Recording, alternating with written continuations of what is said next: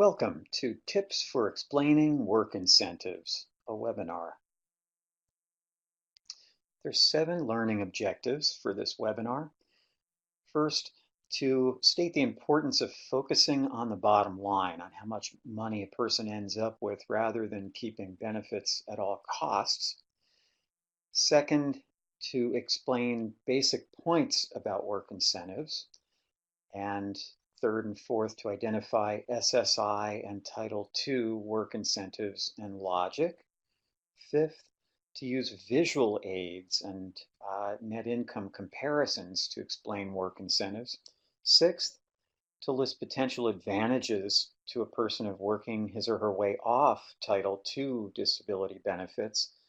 And seventh, to explain your role as a benefit to work coach regarding work incentives. So the SSI and Title II work incentives help protect people's benefits when they work in various ways. But when you explain work incentives, your main focus should be not on preserving all benefits at all costs, but rather on helping the person improve his or her financial situation. Oftentimes, people can have higher net incomes, can be better off financially even if they work and earn enough to have certain benefits reduced or stopped. And their final financial outcome should be the primary focus. So 3 basic things that work incentives in the Title II and SSI programs do. First, they help keep cash benefits longer or at higher levels or both, depending on the benefit, while a person is working. Secondly, if a person earns enough to stop their cash benefits, there are work incentives that let them keep medical benefits. And third, if a person's cash benefits have stopped because their earnings were high enough, there are work incentives that will let them get their cash benefits back without having to reapply much more quickly and easily than if they had to reapply if their earnings later drop or stop. Another work incentive, freedom to work, is particularly helpful because it lets people get Medicaid or continue to receive Medicaid if they're working and might otherwise lose Medicaid or be ineligible for it. So freedom to work is a very powerful tool. It enables people to keep Medicaid if, for example, they were receiving SSI and their earnings go above the 1619B threshold, or their accountable resources go over $2,000. In other words, they would no longer be eligible for Medicaid through 1619B in that circumstance, but they could still be eligible for freedom to work, which has higher income and savings or assets or resource limits. Freedom to work can also enable some people who would not be eligible for Medicaid, except possibly through an expensive spend down, such as people with substantial amounts of Title II benefits and earnings from work, to qualify for Medicaid. Now, most people, regardless of how we present work incentives and work options, will generally choose work strategies that will continue cash benefits, and their medical benefits will continue along with their cash benefits. But some may be willing to consider earnings that would sooner or later cause their cash benefits to stop if they'd be better off financially doing so. So if a person is willing to consider working his or her way off cash benefits, then there are other work incentives that you should focus on. First, work incentives that let people continue medical benefits even though their cash benefits may stop. So for SSI, that would be the 1619B work incentive that continues SSI eligibility and therefore Medicaid if a person earns wages high enough to stop their SSI payments. For Title II, There's the extended period of Medicare coverage and premium health insurance for working disabled that can continue Medicare indefinitely if a person works his or her way off Title II benefits.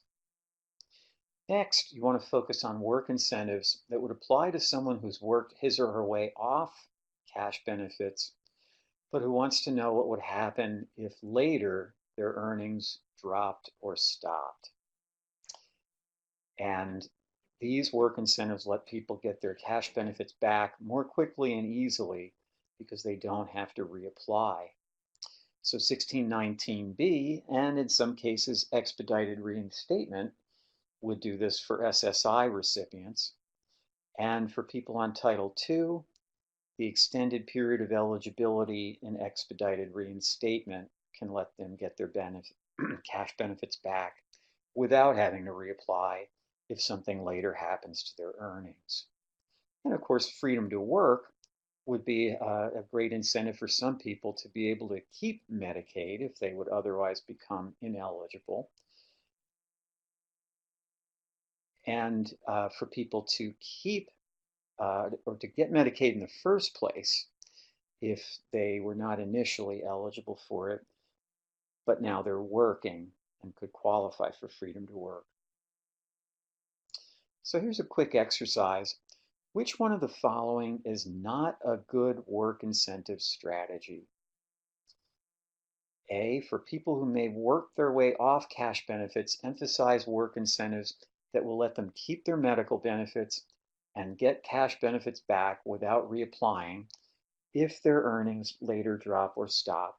B, focus on helping people always earn little enough to keep their cash benefits. C, emphasize how medical benefits can continue when people work. D, consider freedom to work for working people to get or keep Medicaid. Or E, focus on people improving their bottom line rather than keeping all benefits at all costs. So which one of those is not a good work incentive strategy?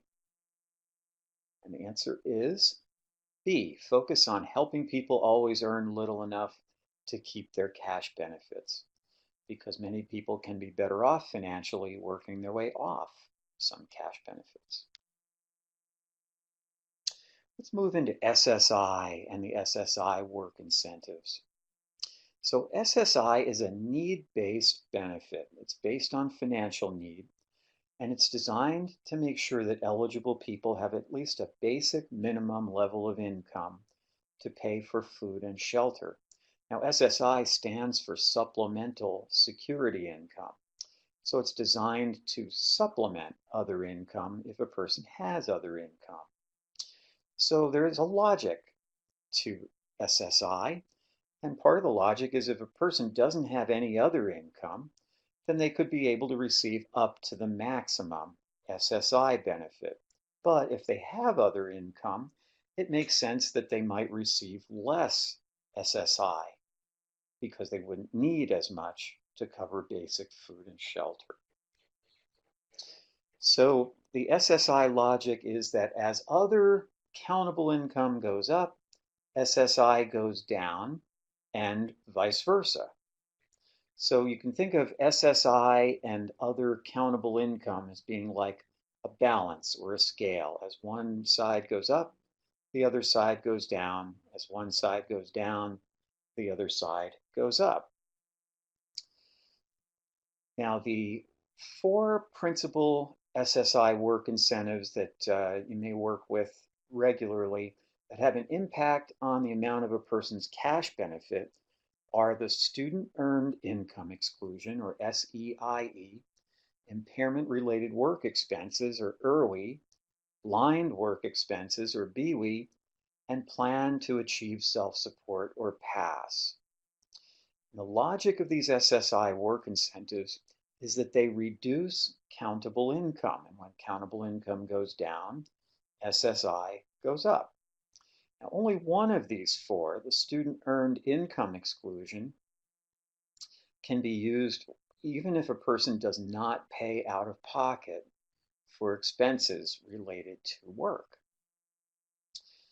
The student earned income exclusion reduces a student's countable earned income without them having to pay for any expenses simply because they're eligible, because they're a student under age 22 who's regularly attending school or a job training course and who receives SSI. The other three work incentives, IRWI, BWI, and PASS, all require a person to pay out of pocket for expenses and not be reimbursed for them. When a person pays for those expenses, IRWI, BWI, or PASS enable them to subtract the expenses from their countable income. And again, following that logic of the balance or scale, as countable income goes down, SSI goes up. So people often see IRWI, BWI, and PASS as being a way of helping to offset out-of-pocket expenses. They pay for expenses generally related to work, and they receive extra SSI to help offset those expenses. Now, impairment-related work expenses, or IRWI, will typically offset half the cost of an expense. So for example, if a person pays $200 a month for IRWIs, his or her SSI will usually increase by half that amount, or $100 a month. BWI and PASS, on the other hand, can offset up to 100% of expenses, though that this doesn't always happen. If the person pays $200 a month for a BWI or PASS expense, their SSI can increase by as much as $200 a month, the same amount that they've spent on the expenses. Now, a very important additional work incentive is 1619B. This is the work incentive that says that a person who earns enough to reduce their SSI payment to zero is still eligible for SSI, even though she or he is not receiving an SSI cash payment. 1619B is like a double safety net. By protecting SSI eligibility, it enables the person to keep Medicaid even though their cash benefit has stopped. And if their earnings later drop low enough or stop, lets them get SSI back simply by calling Social Security. They don't have to reapply. And there is no time limit for 1619B. A person could work her way off SSI this year, 30 years later. If her job stopped, she could call Social Security, get her SSI back, and she could keep Medicaid the entire time. So 1619B pretty much ensures that a person on SSI is going to be better off working even full-time, even with earnings high enough to stop the SSI payments. And the most important point about work and SSI is that a person is virtually always better off financially working than not working. And that's true because their SSI is reduced by less than half the amount of their earnings. How do you explain SSI work incentives to people who are more visual learners or who struggle with numbers and math? Well, you can certainly use the graphs that appear in the Benefits and Work Estimator at DB 101. You could create bar graphs or comparison charts if the ones in the Benefits and Work Estimator are not adequate for a particular purpose. And you can show people the animated benefit videos on DB 101. Here's an example of a bar graph that can help a person understand that the more they earn, the more money they'll have if they receive SSI. And as you can see from this graph, as the person's earnings increase from 20 hours a week to 30 hours a week to 40 hours a week, their SSI is reduced when they're working 40 hours a week at $11 an hour. their earnings are high enough to reduce their SSI to zero. And by the way, the shaded gray area here shows earnings after taxes have been deducted. So these bars in the graph are actually showing net income after taxes. And it's clear as the person works more hours and has increased earnings, their net income increases as well. Now, if you want to demonstrate a person using the student earned income exclusion, here's an example where in the second column, the person gets to keep the full amount of SSI while working. And the third column shows what would happen after the individual is no longer eligible for the student earned income exclusion for the year. Either they've used up the annual cap, or perhaps they're no longer a student, or they've turned age 22. In that case, their SSI would be reduced just like anyone else's, but they can still see they're much better off with the net income they have in the third column than the net income in the first column when they received only SSI and were not working. This bar graph shows the impact of IRWE, or impairment-related work expenses. In the second column, when the person is working and paying $200 for IRWE, for an IRWE, but is not using IRWE, so they're paying $200 for a disability-related expense, but they're not using the IRWE work incentive, their SSI is substantially reduced. In the third column, when they are paying the same $200 expense, but this time using the IRWE work incentive, their SSI is $100 a month greater than it was in the second column. And finally, blind work expenses, or BWE. Person can see, just as with the previous example, that without using work incentives, but paying $200 a month for an expense related to work, the SSI would be reduced substantially. If that same person used BWE and paid for a $200 expense, she would receive $200 more SSI than she would without using BWE. You can also use comparison charts for people who like to see the numbers, but in a more graphic form. In this example, you can see that the person's clearly better off working 20 hours a week, even paying for a $200 out-of-pocket expense, even though they're not using IRWE. But they would have $100 more net income because of receiving $100 more SSI in the third column if they work the same hours and pay the same $200 a month expense, but this time using impairment-related work expenses. So let's go to another exercise, and please check all of the following statements that are true. A person on SSI is almost always better off financially if she or he works. B, student earned income exclusion, impairment-related work expenses, blind work expenses, and plan to achieve self-support all require the person to pay for expenses. C, as earnings go up, SSI goes down, but the SSI decreases by less than half the amount of earnings. As earnings go down, SSI goes up. D, 1619B protects Medicaid eligibility, but does not help a person regain SSI if work later stops. E, SEIE, IRWE, BWE, and PASS enable a person to get higher SSI payments than they would otherwise receive. And F, visual aids such as videos and graphs on DB 101, bar graphs, and comparison charts can help individuals understand the impact of earnings on their SSI.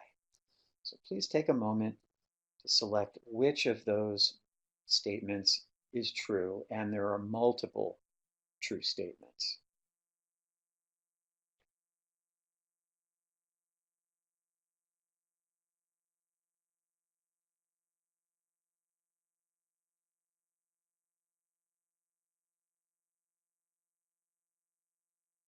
And the correct answers are A, a person on SSI is almost always better off financially if she or he works. B is incorrect because the student earned income exclusion, SEIE, does not require the person to pay for expenses. C is true. As earnings go up, SSI goes down, but the SSI decreases by less than half the amount of earnings. But as earnings go down, SSI goes up. D is not correct because 1619B does help a person regain SSI if they've worked their way off SSI, but work later stops. E is true. The SEIE, IRWE, BWE, and PASS work incentives enable a person to get higher SSI payments than they would otherwise get.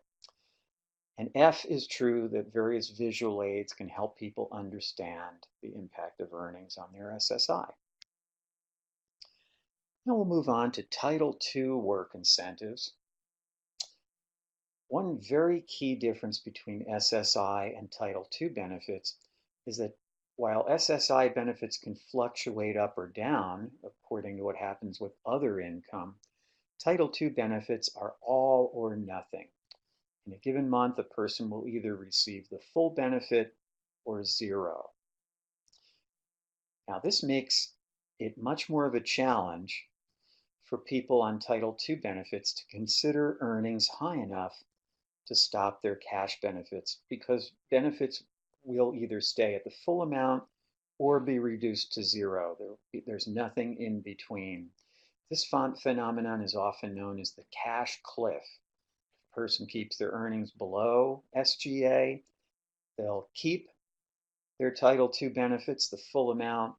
If they earn above SGA after their trial work period and grace period have ended, then their Title II benefit will be reduced to zero, will stop.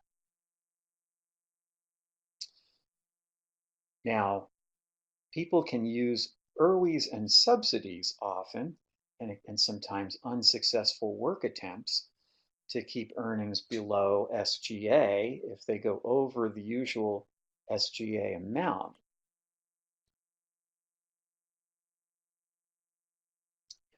And IRWEs and subsidies are tools that are used to show that a person's earnings, even if they appear to be above SGA, don't accurately reflect the person's productivity. If they have to pay extra in the form of disability-related expenses to be able to do the job, or if they're not technically earning all that they're being paid because they work at a reduced rate of productivity, or they're getting extra help to do the job. These are deductions from earnings that are used to show more accurately a level of earnings that does reflect the person's actual productivity.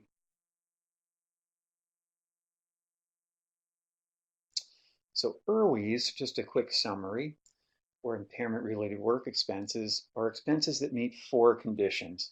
The person pays for them out of pocket and is not reimbursed. The expenses are related either to the disability that the person is receiving Title II benefits for, or to another medical condition that's being treated by a licensed healthcare provider. The expenses are needed for work, although not necessarily just for work. If a person needs therapy, whether or not they're working, but they definitely need therapy in order to be able to succeed in their job, then therapy could be allowed as an IRWE. And fourth, the expense has to be of reasonable cost. The person would be paying the market rate for the expense. Subsidies are circumstances that show that although the person is paid the full wage for their job,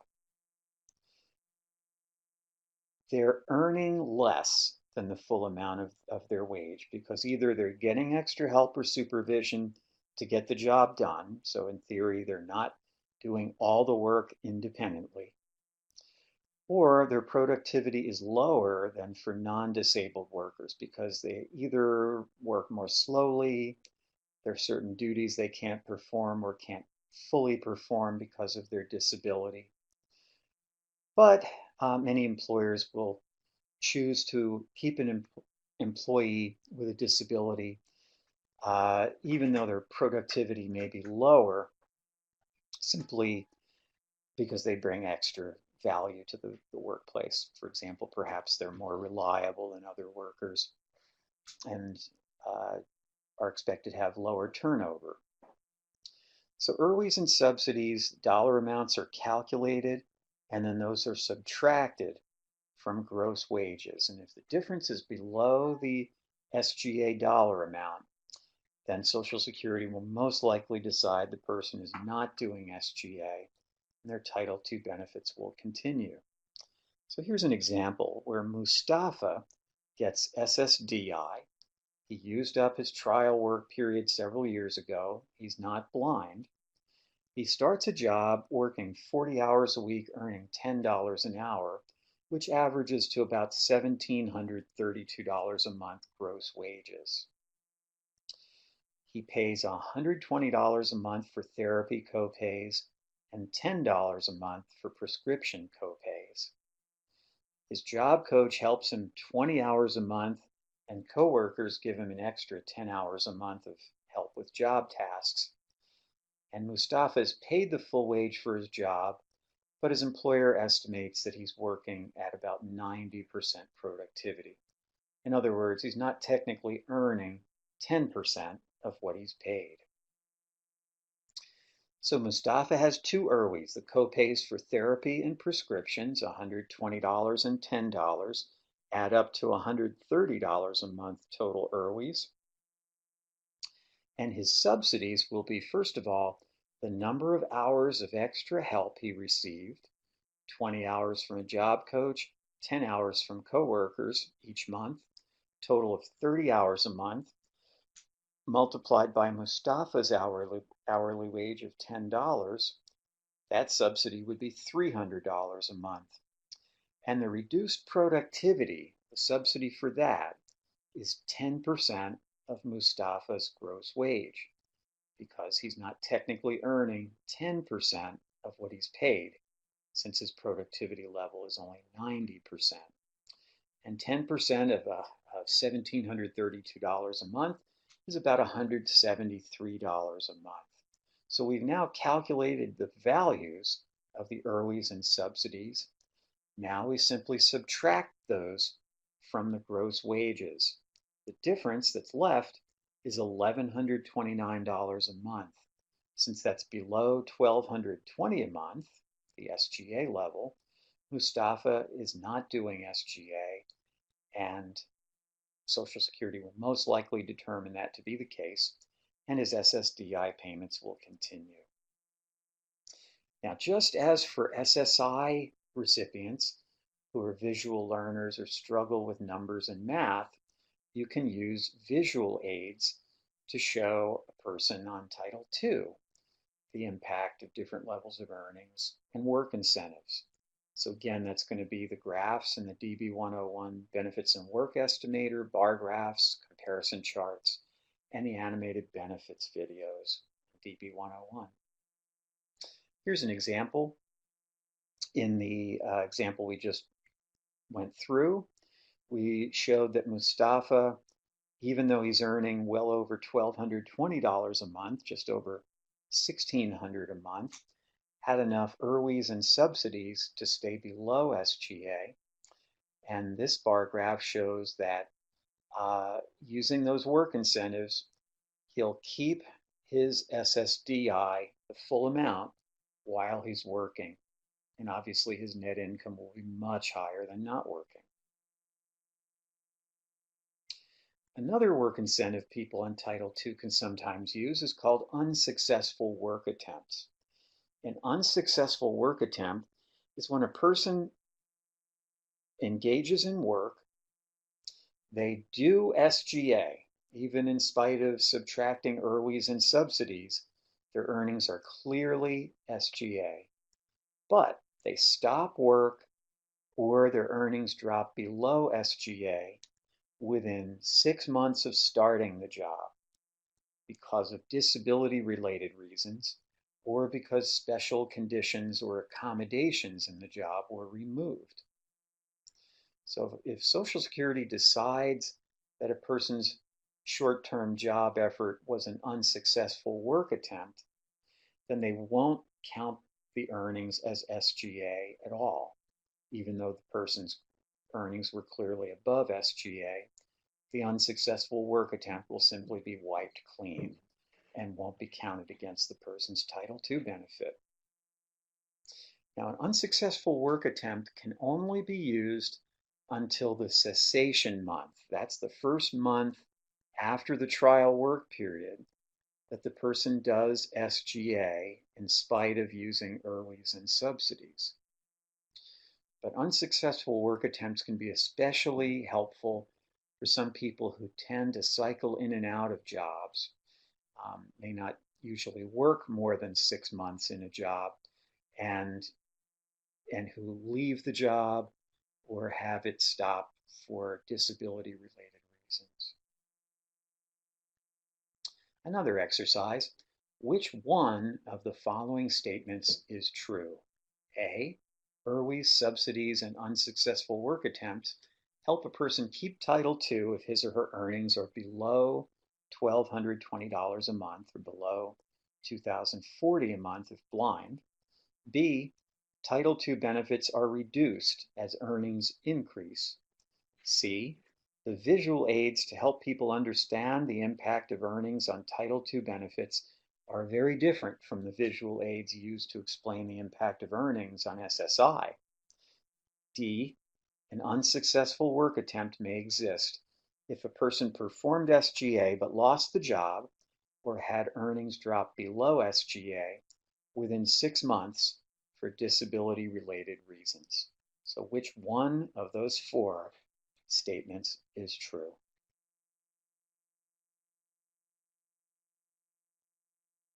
And the correct answer is D. Now let's talk a little bit about a person's prospects for working their way off Title II benefits. Now, most people, because of that cash cliff, because of the all or nothing nature of Title II benefits, will choose to keep their earnings below SGA, although some will use ERWIs, subsidies, possibly unsuccessful work attempts to do that, to continue their SSDI benefits. However, it's very important for us to explain to people that even though they may choose to keep their earnings low enough to continue their Title II benefits, they and everyone else who gets Title II benefits can be financially better off if they work their way off Title II benefits, if they can earn enough in wages from their job. So here's an example that will highlight that. Samantha gets $920 a month of SSDI and starts a job with earnings of $17 an hour. She's working only 15 hours a week to keep her wages below SGA.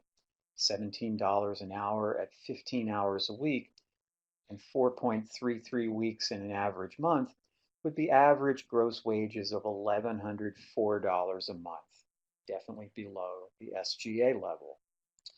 But Samantha's benefit to work coach helps her consider what would happen if she worked 40 hours a week and made $17 an hour. Then her average gross wages would be $2,944 a month. She'd clearly be doing SGA, so after her trial work period and grace period had ended, her SSDI would be suspended. It would stop. But this bar graph shows Samantha's options to either work part-time or full-time.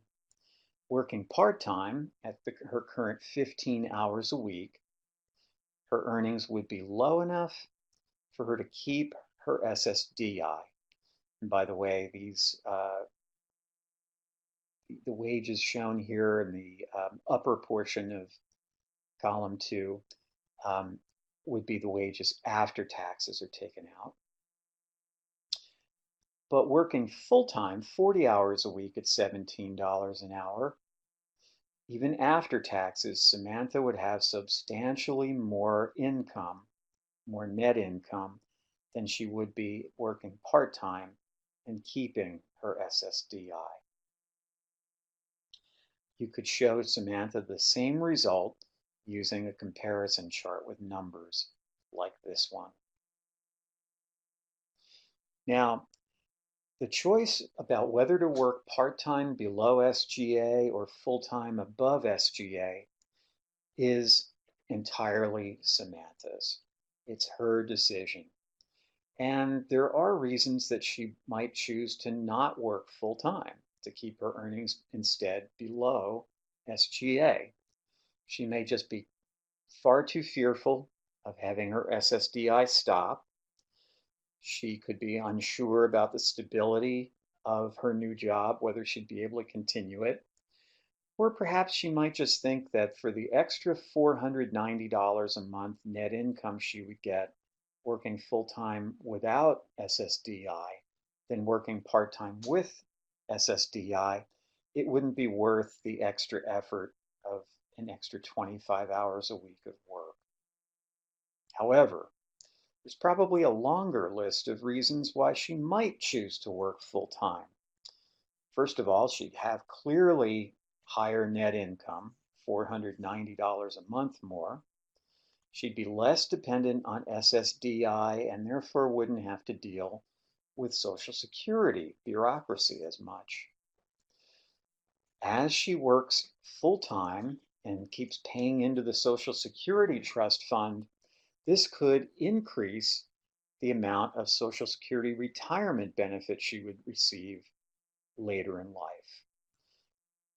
Working full-time might increase her feelings of independence, productivity, and just the enjoyment she gets from work. Could improve her health, following the old saying, work is treatment.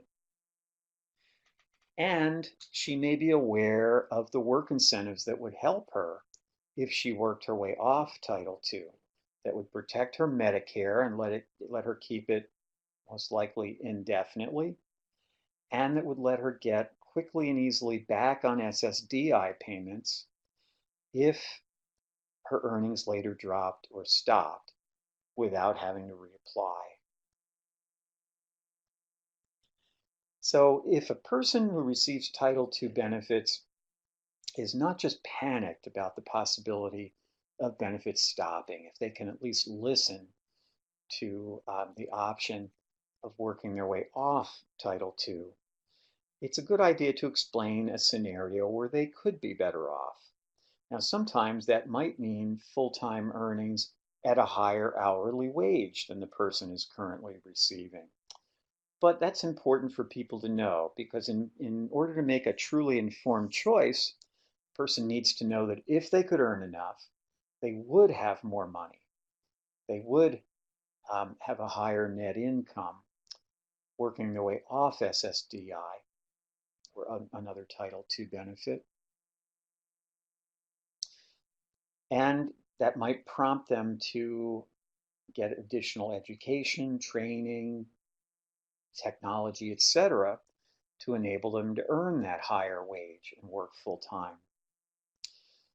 So our role is not to pressure people, but to give them information so they can make a truly informed choice. And some people on Title II benefits, if they understand that they truly can be better off financially without Title II benefits, may choose higher earnings goals so that they would be better off. There's another archived webinar called Why on Earth Should I Work My Way Off SSDI that goes into greater detail about this issue. And here's another exercise. Francine receives SSDI and keeps her earnings below $1,220 a month to protect her SSDI. She tells you she would like to work full time, but she's been told she can't, or else she will lose her SSDI. Which one of the following actions should you take?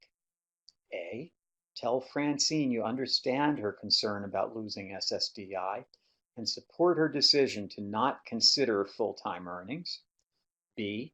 Show Francine an example of full-time earnings that would give her more net income even after her SSDI had stopped than she has now, keeping her earnings below SGA and keeping SSDI. Tell her the choice is hers whether to work part-time or full-time, but explain you want her to know she could have more money in a full-time job. And C, review IRWIs and subsidies with Francine to see if she might be able to work more hours while still keeping her earnings below SGA. Tell her it appears she could work more hours, but not full-time. So which one of those following actions would be best to take as a benefit to work coach?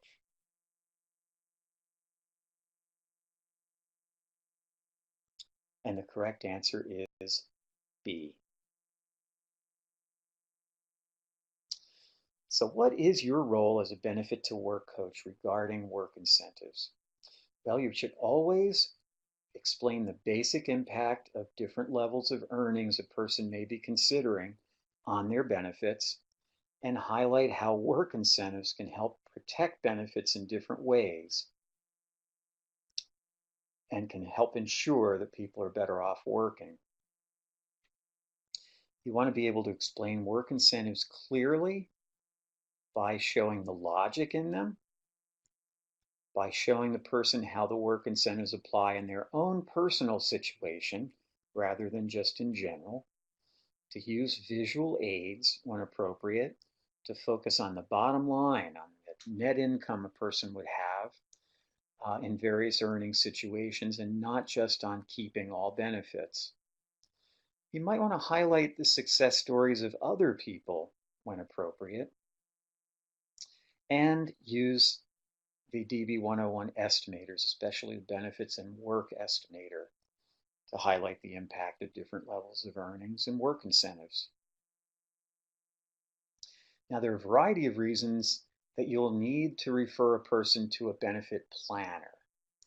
If their Title II benefits would stop just using the automatic work incentives, the trial work period and extended period of eligibility, if the person is interested in or could benefit from specialized work incentives, if the person's already using a specialized work incentive, if an agency like Social Security that administers the person's benefits asks for updated information about the person's use of a specialized work incentive, or if the person has received an overpayment letter or it appears they may have been overpaid.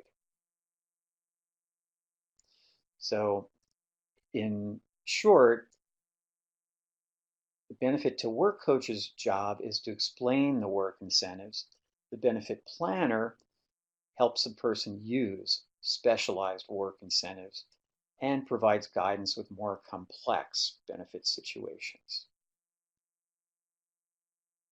So in conclusion, there are 6 key tips for explaining work incentives.